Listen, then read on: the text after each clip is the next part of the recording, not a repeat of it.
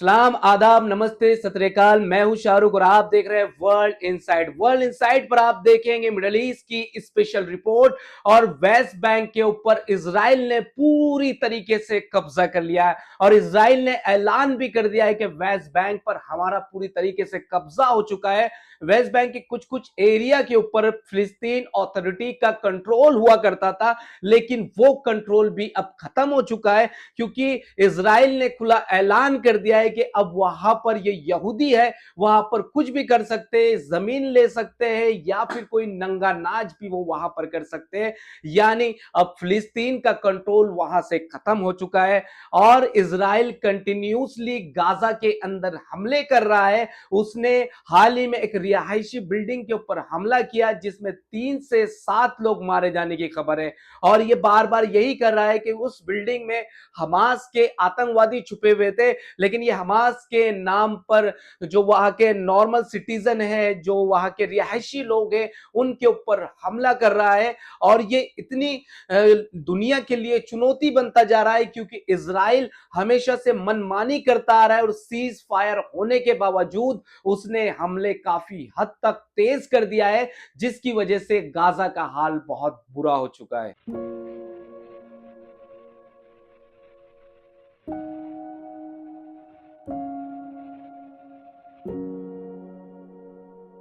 दोस्तों, इजराइल के finance minister का भी स्टेटमेंट आ चुका है। उसका साफ कहना है कि हमने जो टू स्टेट सॉल्यूशन था, जिसके पीछे दुनिया पड़ी हुई थी कि टू स्टेट सॉल्यूशन होने के बाद में दोनों जगह पीस आ जाएगा, लेकिन उसने साफ कहा कि हमने वेस्ट बैंक पर कब्जा करने के बाद इस ऑप्शन को एलिमिनेट कर दिया है, यानी पूरी तरीके से इस ऑप्शन को खत्म कर दिया है। अब ना तो कोई टू स्टेट सॉल्यूशन होने वाला है, ना ही कोई पीस की बात होगी, सीधा गाजा के ऊपर पूरी तरीके से कब्जा किया जाएगा। दोस्तों, आज के दिन Israeli prime minister Benjamin USA गया हुआ है ट्रंप से बात करने के लिए।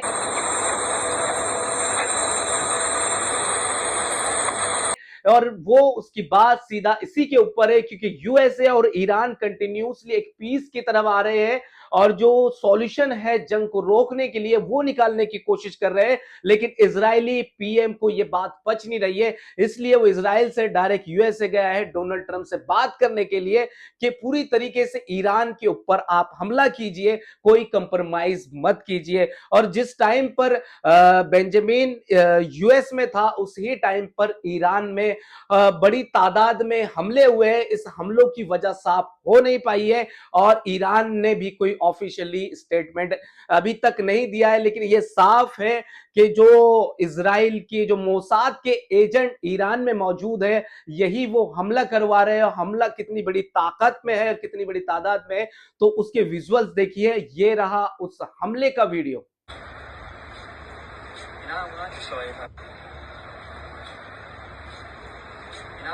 दोस्तों, इजरायली पीएम यूएस तो गया है डोनाल्ड ट्रंप को कन्विंस करने के लिए कि वो ईरान से किसी तरीके की बात ना करे, वो सीधा ईरान के ऊपर हमला करे। और ये प्रेस कॉन्फ्रेंस करके बता रहा है कि ईरान की जो बैलिस्टिक मिसाइल मौजूद है उसके निशाने पर सीधा वॉशिंगटन डीसी है। इसके तंबू में इतनी घबराहट है, बौखलाहट है कि जब भी इसके तंबू में घबराहट होती है सीधा अपने बाप के शरण में चला जाता है। और ये डोनाल्ड ट्रंप को पूरा मनाने के पीछे पड़ा हुआ है कि आप किसी तरीके की बातचीत ना करें, सीधा के सीधा ईरान के ऊपर हमला करें, क्योंकि इजराइल के तंबू में इतना दम नहीं है कि वो अकेला ईरान से लड़ सके।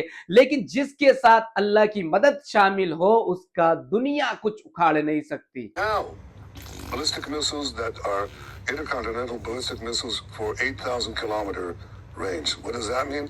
They add another 3,000 kilometers and they've got under their atomic guns, in New York City, in Target, Washington, Boston, Miami, Mar-a-Lago. Okay, so that is a very great danger. You don't want to be under the nuclear gun of these people who are not necessarily rational and who chant death to America. दोस्तों, ये थी middle east की कुछ छोटी मोटी खबरें। आपने अगर मेरे चैनल को सब्सक्राइब नहीं किया है तो सब्सक्राइब जरूर कर ले और वीडियो को शेयर करना ना भूले। मिलते हैं अगली रिपोर्ट में कुछ स्पेशल और कुछ बड़ा लाने के बाद।